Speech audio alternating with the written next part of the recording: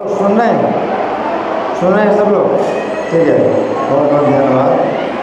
तो यहाँ पर भगवान जो है अर्जुन को युद्ध में लगाना चाहते हैं। भगवान अर्जुन को युद्ध में लगाना चाहते हैं और अर्जुन का ये प्रश्न है कि युद्ध में तो क्या है, मार काट है, हत्या करना है, तो बड़ा घोर कर्म है,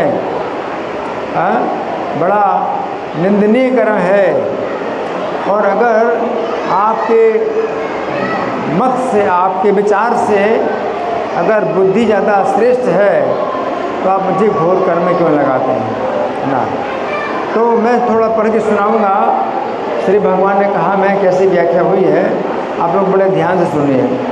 अनेक मूर्ख ऐसे हैं, अनेक मूर्ख ऐसे हैं जो श्री कृष्ण की गीता में दी हुई दिव्य शिक्षाओं को ना समझकर श्री कृष्ण की निंदा करते हैं, कृष्ण की निंदा करते हैं कि श्री कृष्ण ने अर्जुन को अपने कुल की हत्या जैसे घोर कर्म में लगाया, पूरे कुटुंब की हत्या। तो अर्जुन को श्री कृष्ण ने अपने कुल की हत्या जैसे घोर कर्म में लगाया। तो इसमें सुनिए, एक घटना है गांधारी की। यद्यपि गांधारी ने अपनी आंखों में पट्टी बांधी हुई थी। गांधारी जानते कौन है? धृतराष्ट्र की पत्नी। तो आंखों में पट्टी बांधी हुई थी, फिर भी महाभारत युद्ध के अंत में व्यास देव की कृपा से उसे ऐसी दिव्य दृष्टि प्राप्त हुई कि वो युद्ध भूमि में मरे हुए योद्धाओं को देख सकी और संपूर्ण परिचय भी जान सकी। आंखों पट्टी बंदी है, व्यास जी की कृपा से उसको दिव्य दृष्टि प्राप्त हुई। उस समय वो श्री कृष्ण के समक्ष एक एक योद्धा का नाम बताकर उनका परिचय देती हुई शोक करती रही कि ये सब मारे गए। गांधारी ने शोक किया कि सब योद्धा मारे गए। उस समय वो श्री कृष्ण के सामने एक एक योद्धा का नाम बताकर उनका परिचय देती हुई शोक करती रही। अंत में शोक से मूर्छित होकर धैर्य छोड़कर पृथ्वी पर गिर पड़ी। कौन? गांधारी। गांधारी गिर पड़ी। दुख से उसकी विवेक शक्ति नष्ट हो गई। दुख से उसकी विवेक शक्ति नष्ट हो गई और उसके संपूर्ण शरीर में क्रोध व्याप्त हो गया। क्रोध व्याप्त हो गया। पुत्र शोक में डूब जाने के कारण वो व्याकुल हो उठी। उस समय गांधारी ने सारा दोष श्री कृष्ण के माथे में मढ़ दिया। गांधारी के सब पुत्रों की हत्या हो गई और बड़े बड़े योद्धा भी मारे गए महाभारत में। तो पूरा का पूरा दोष कृष्ण के ऊपर लगा दिया उसने कहा, जनार्दन, पांडव और धृतराष्ट्र के पुत्र आपस में लड़कर भस्म हो गए, तुमने इनको रोका नहीं, तुमने जानबूझकर इस वंश का विनाश होने दिया। कौन कह रही? गांधारी कह रही। किससे बोल रही? कृष्ण भगवान से बोल रही। ये तुम्हारा महान दोष है। गांधारी ने कहा भगवान से, ये तुम्हारा महान दोष है, अतः तुम इसका फल प्राप्त करो। केशव, मैंने पति की सेवा से जो कुछ भी तप प्राप्त किया है, अपने पति की सेवा से जो कुछ तप प्राप्त किया है, उस दुर्लभ तपोबल से तुम्हें शाप दे रही हूँ। गांधारी ने बड़ी तपस्या की कि जैसे ही गांधारी को विवाह के पहले से पता चल गया था कि उनके पति धृतराष्ट्र जन्म से अंधे हैं, तो उसने अपनी आंखों में पट्टी बांधी और आंखों में पट्टी उसने जो है मतलब जीवन भर बांधे रही, है ना। बहुत तपस्या है। ये पति की सेवा में उसने क्या किया, अपनी आंखों में पट्टी बांधी। तो गांधारी कहती है, अपनी तपस्या के बल पर मैं आपको शाप दूंगी। किसको शाप देगी? भगवान कृष्ण को शाप देगी। जिस प्रकार तुमने कुरुवंश का आपस में विनाश करवाया है, उसी प्रकार तुम अपने हाथों से यदुवंश का विनाश करोगे। उसने क्या कहा कि जैसे कुरुवंश का आपने विनाश कराया, तो अपने हाथों से यदुवंश का विनाश करोगे। गांधारी का ये घोर वचन सुनकर भगवान श्री कृष्ण कुछ मुस्कुराते हुए गांधारी से बोले। भगवान मुस्कुराए और गांधारी से बोले, गांधारी से बोले, देवी मैं जानता हूँ कि ऐसा ही होने वाला है। भगवान ने क्या कहा? मैं जानता हूँ कि ऐसा ही होने वाला है। ये तो सुप्रीम कंट्रोलर है, भगवान का कंट्रोल हर चीज़ में है। तो भगवान ने कहा मैं जानता हूँ कि ऐसा ही होने वाला है। ये तुम्हारे कहने से नहीं, अभी तो मेरी इच्छा से हो। तुम जो मुझे साथ दे रही हो उससे नहीं होगा, ये मेरी इच्छा से होगा। क्या? कि मेरे वंश का विनाश आपस में होगा, ये मेरी इच्छा से होगा। तुम अपनी दुर्लभ तपस्या को नष्ट मत करो। तुम क्या कर रही हो? मुझे साथ दे करके अपनी तपस्या नष्ट कर रहे हैं, है ना। तो भगवान ने उसको समझाया कि तुम जो है साप दे करके अपनी तपस्या नष्ट कर रहे हो, है ना। तुम्हारे अपराध से कौरवों का विनाश हुआ है। भगवान ने क्या कहा? मेरा दोष नहीं है। किसका दोष है? तुम्हारा दोष, तुम्हारा दोष है इसमें। तुम मेरा दोष बता रही हो, ये मेरा दोष नहीं है। किसका दोष है? तुम्हारा दोष है, तुम्हारा दोष है ये। हाँ। तुम्हारा पुत्र दुर्योधन दुरात्मा और अभिमानी था। तुमने उसको अगुआ बनाकर जो अपराध किया है, तुमने अगुआ बनाया। दुर्योधन को तुम्हें बंदी बनाना था, दुर्योधन को तुम्हें बंदी बना करके पांडवों के हवाले कर देना था। तो तुमने क्या किया? उसको अपना लीडर बनाया। लीडर तुम्हारा वो था दुर्योधन। तो किसका दोष है? तुम्हारा दोष है। राज्य के सिंहासन पर तुम्हारा पति बैठा हुआ है, तो तुम्हारा पति और तुम जो है आदेश देती कि इसको बंदी बनाओ।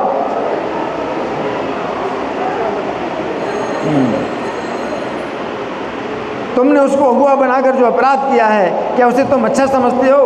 अपने ही किए दोष को यहाँ पर मुझ पर कैसे लादना चाहते हो? भगवान ने कहा। श्री कृष्ण की इन बातों को सुनकर गांधारी को कुछ भी उत्तर नहीं मिला, कुछ भी उत्तर नहीं मिला, है ना। तो ऐसे मूर्खता के कारण जो है कोई व्यक्ति श्री कृष्ण के ऊपर दोष लगाते हैं कि श्री कृष्ण ने क्या किया? महाभारत का युद्ध कराया, लड़ाई करवाई, है ना। अच्छा, दूसरी घटना है, जिस समय महाभारत का युद्ध समाप्त हो चुका, उस समय श्री कृष्ण हस्तिनापुर से द्वारका की ओर आ रहे थे। युद्ध के बाद हस्तिनापुर से द्वारका की ओर आ रहे थे। मार्ग में उत्तंक मुनि का आश्रम मिला। हाँ, तो उत्तंक मुनि ने जब पूछा तो श्री कृष्ण ने उन्हें सूचित किया कि महाभारत के युद्ध में धृतराष्ट्र के सभी पुत्र अपने पुत्र और बांधवों के सहित नष्ट हो गए। भगवान ने बताया। भगवान श्री कृष्ण के इतना कहने पर उत्तंक मुनि अत्यंत क्रोध से जल उठे। उत्तंक मुनि को भी क्या हुआ? गुस्सा आया और रोष में आंखें फाड़ फाड़ कर देखने लगे।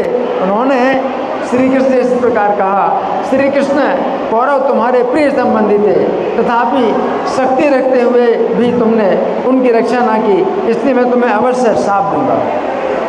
उत्तंक मुनि बोले, क्या बोले? कि मैं तुम्हें शाप दूंगा, तुमने युद्ध नहीं रोकवाया। मधुसूदन, तुम उन्हें जबरदस्ती पकड़कर रोक सकते थे, पर ऐसा नहीं किया, इसलिए मैं क्रोध में भरकर तुम्हें शाप दूंगा। माधव, कितने खेद की बात है, तुमने समर्थ होते हुए भी मिथ्याचार का आश्रय लिया। युद्ध में सब ओर से आए हुए वे श्रेष्ठ कुरुवंशी नष्ट हो गए और तुमने उनकी उपेक्षा कर दी। इस बात के उत्तर में श्री कृष्ण ने कहा। अब भगवान ने उत्तंक मुनि को कहा, भृगुनंदन, मैं जो कुछ कहता हूँ उसे विस्तार पूर्वक सुनिए। तपस्वियों में श्रेष्ठ महर्षि, आप याद रखिए, कोई भी पुरुष थोड़ी सी तपस्या के बल पर मेरा तिरस्कार नहीं कर सकता। भगवान उत्तंक मुनि से कहा, कोई व्यक्ति थोड़ी तपस्या के बल पर मेरा तिरस्कार नहीं कर सकता। मैं नहीं चाहता कि आपकी तपस्या नष्ट हो जाए। भगवान ने कहा, तुम साथ देना चाहते हो तो क्या होगा? तुम्हारी तपस्या सब खत्म हो जाएगी, है? तो मैं नहीं चाहता कि आपकी तपस्या नष्ट हो जाए। आपका तप और तेज बहुत बढ़ा हुआ है। आपने अपने गुरुजनों को अपनी सेवा से संतुष्ट किया है। आपने बाल्यावस्था से ही ब्रह्मचर्य का पालन किया है, इसलिए अत्यंत कष्ट सहकर संचित किए हुए आपके तप का मैं नाश कराना नहीं चाहता हूँ। इसलिए आपको समझा रहा हूँ कि समझ जाओ, मुझे साथ देने का मतलब क्या होगा, तुम्हारी सब तपस्या नष्ट हो जाएगी। जीवन भर तुमने बहुत तपस्या की है, भगवान कह रहे हैं।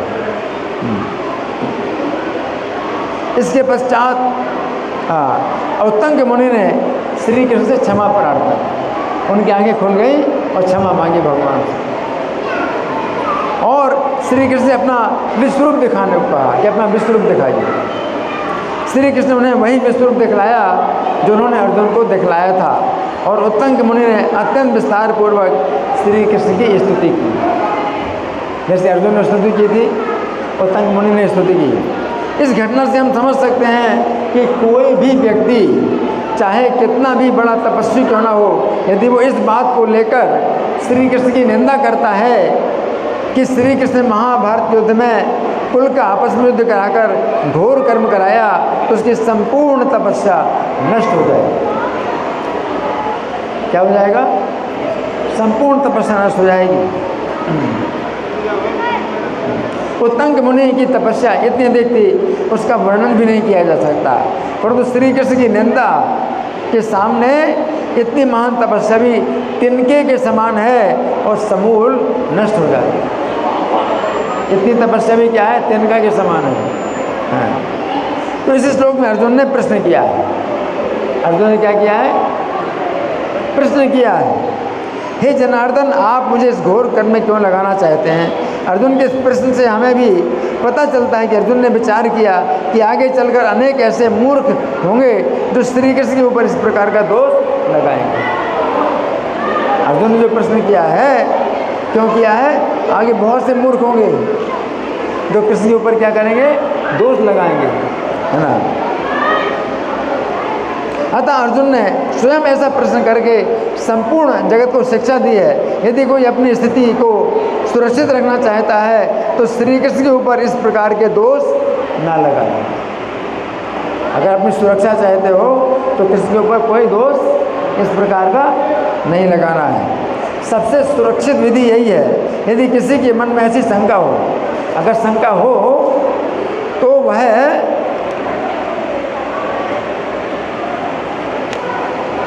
या तो अर्जुन की तरह स्वयं भगवान से प्रश्न करे। अगर शंका हो तो प्रश्न करो, हैं? दोष नहीं लगाना है। आपकी शंका है, तो अपनी शंका को आप जो है निवारण करो प्रश्न करके, तो स्वयं भगवान से प्रश्न करो, अथवा किसी ऐसे प्रामाणिक व्यक्ति से प्रश्न करें जिससे जिसने भगवत गीता को श्री कृष्ण की प्रामाणिक से परंपरा में सुना है और समझा है। आधुनिक युग में तपस्वियों का एक ऐसा वर्ग है जिसमें ये लोग कठोरतापूर्वक ब्रह्मचर्य के व्रत का पालन करते हैं। जानते हो कौन है वो? कठोरतापूर्वक ब्रह्मचर्य का पालन करते हैं जैन धर्म के लोग जो है ब्रह्मचर्य के व्रत का पालन करते हैं। परंतु वैदिक मत के अनुसार श्री कृष्ण को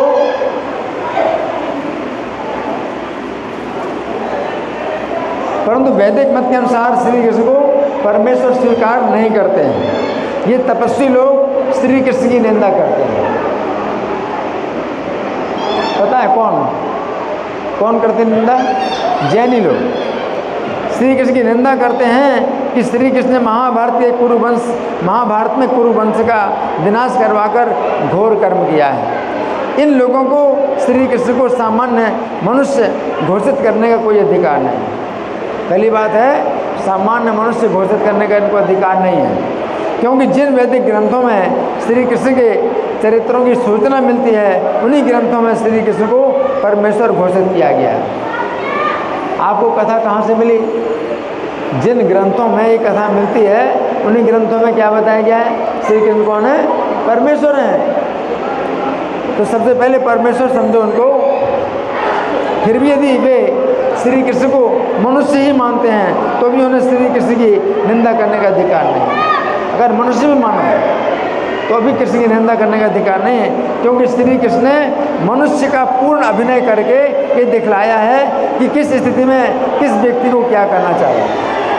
पूरा भगवान ने मनुष्य का जो है लीला करके दिखाया कि मनुष्य के रूप में आपको क्या करना चाहिए, ताकि अपना सर्वोच्च कल्याण हो।